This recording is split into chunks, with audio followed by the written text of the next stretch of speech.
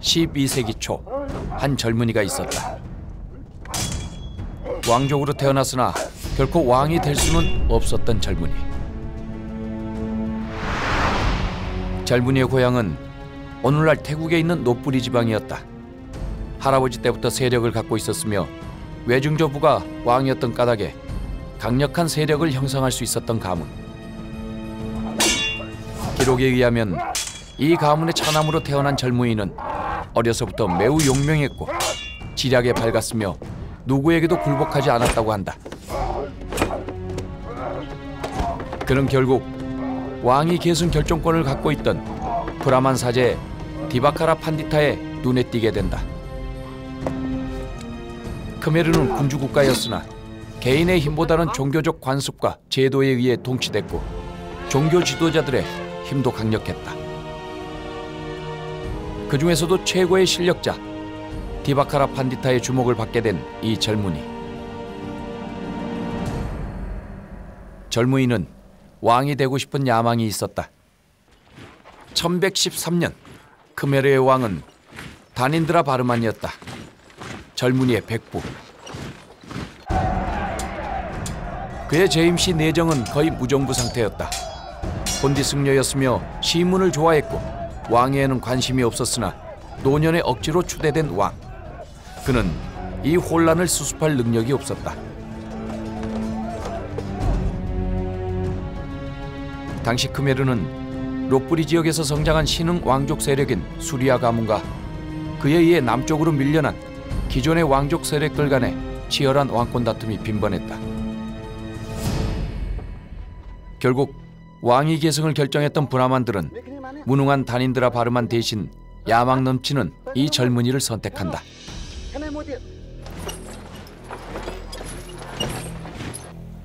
그들은 때를 기다렸고 쿠데타를 계획했다. 크메르의 역사는 이날의 비참함을 이렇게 기록한다. 그는 코끼리에 올라 왕을 살해했다. 가로다가 아래에 있는 뱀을 습격하여 살해하는 것과 같았다. 쿠데타를 통해 권력을 거머쥔 젊은이는 곧바로 다닌드라 바르만 세력을 제거한 다음 여세를 몰아 남쪽까지 평정해버린다. 바야흐로 크메르 제국의 통일 군주가 된 것이다. 당시 크메르 제국의 내정은 혼란의 연속이었습니다. 왕족과 지방 권력, 사원의 사제들까지 권력 다툼이 끼어들었죠. 그 치열했음은 26명의 역대 왕 중 무려 18명이 적통이 아닌 다른 사람이 왕이 된 것만 봐도 알 수 있습니다. 본디 크메르 제국은 브라만들로 구성된 원로회의라는 왕위 결정 기구가 있었습니다. 하지만 또다시 한 젊은이는 왕을 쓰러뜨렸고 역사의 주역으로 등장합니다. 백부였던 왕을 죽이고 17살이라는 어린 나이에 권력을 거머쥔 젊은이. 이 젊은이가 바로 수리아 바르만 2세입니다. 쿠데타에 성공한 지 6년 뒤인 1119년 젊은이는 마침내 크메르 왕조의 18대 왕으로 등극한다.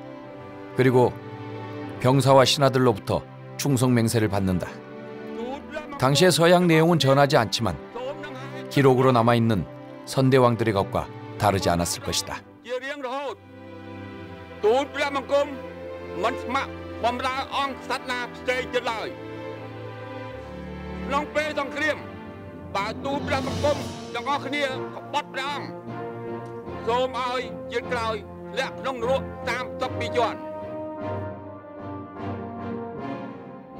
겨우 17살에 불과했으나 지혜롭고 총명했기에 왕위에 등극할 수 있었던 젊은이. 젊은이는 왕비와 함께한 이 등극식을 통해 드디어 태양의 숭배자란 칭호를 얻게 된다.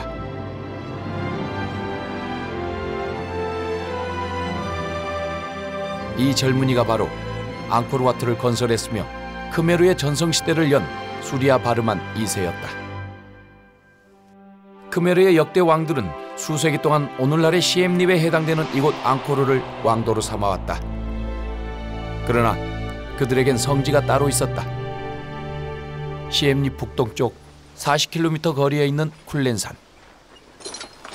쿨렌산은 크메르 제국이 앙코르 시대를 열던 802년 최초로 세운 왕도였다. 때문에 등극식을 거행한 왕들은 이곳을 순례함으로써 선대왕의 권력을 승계했다는 정통성을 확보하고자 했다. 그러나 쿨렌산이 각별한 이유가 또 있다. 종교적으로 신성시된다는 점이다. 이와 관련해 현재 태국에 있는 수도각돔 사원에서 발견된 비문은 이렇게 적고 있다.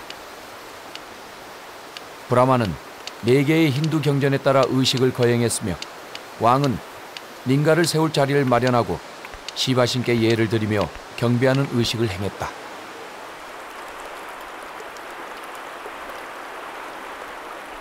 당시의 종교는 인도로부터 전해온 힌두교였고 크메르 왕들은 힌두 최고의 신인 시바를 신봉했다. 그리하여 이곳 크바르스피앙 하천 곳곳에는 지금도 수많은 시바상이 조각돼 있으며 물속에는 1000여 개에 달하는 링가가 전해진다. 링가는 여성의 성기를 상징하는 요니를 받침대로 해서 그 위에 온통형의 조각을 얹어 고정시켰다. 시바의 남근상이며 생명의 근원이라 믿었던 링가. 이처럼 여러 강의 발원지기도 한 이곳의 물은 링가라는 남근상을 통해 다산과 풍요라는 성스러운 힘을 얻은 다음 왕의 권위가 미치는 제국 곳곳에까지 유유히 흘러갔을 것이다.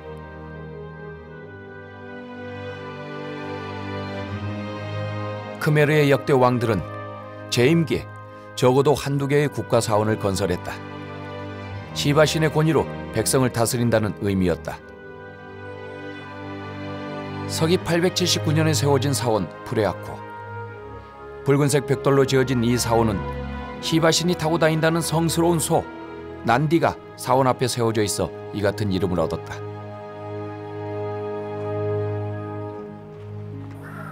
그로부터 약 100년 후에 세워진 반테이스레이 사원. 여전히 규모는 작지만 아름다운 사람이 머문다는 뜻으로 남신 드바라팔라와 여신 데바타의 조각이 걸작이다.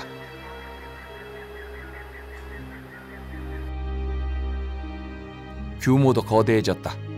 앙코르 최초로 피라미드 형식을 취했던 박홍사원.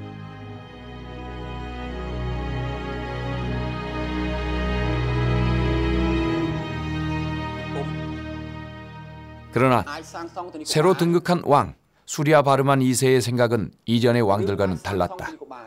그는 국정을 쇄신하기 위해 종교를 개혁하고 주신이었던 시바 대신 또 다른 힌두신 비슈누를 선택한다. 그리고는 왕궁 근처에 가장 아름답고 웅대한 사원을 건설하기로 결정한다. 젊은 나이에 왕위에 올라 야심만만했던 수리아 바르만 2세는 국정과 종교적 통합을 위해 생전에 앙코르와트를 완성하고자 했다. 또한 무력으로 왕위를 차지한 권력가답게 국토 확장에 대한 야망도 컸다. 그리하여 등극한 지 10년 뒤인 1129년 그는 마침내 이웃나라인 참파에 대한 대대적인 정복전쟁을 일으킨다. 당시 그가 이끈 군사력의 규모는 700척에 달하는 함대와 2만 명이 넘는 정예 병사들.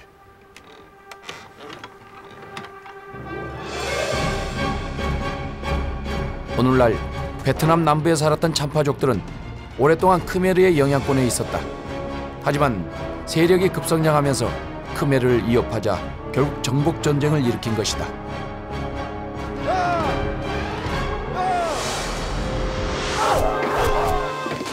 병사들의 무기는 창과 활, 화살, 방패가 전부였지만 해군들은 적의 배를 끌어당긴 다음 밧줄로 고정시키고 육박전 형태로 전투를 계속했다. 이날에 대해 크메르의 역사는 기록한다. 크메르의 군주는 정복의 야망을 참파로 돌리게 되었다. 1145년 그는 참파를 공격하여 수도 비자야를 함락시키고 이 왕국의 주인이 되었다. 당시 크메르의 영토는 오늘날의 태국과 미얀마, 베트남 일원을 포함한 인도차이나 반도 대부분을 차지한다.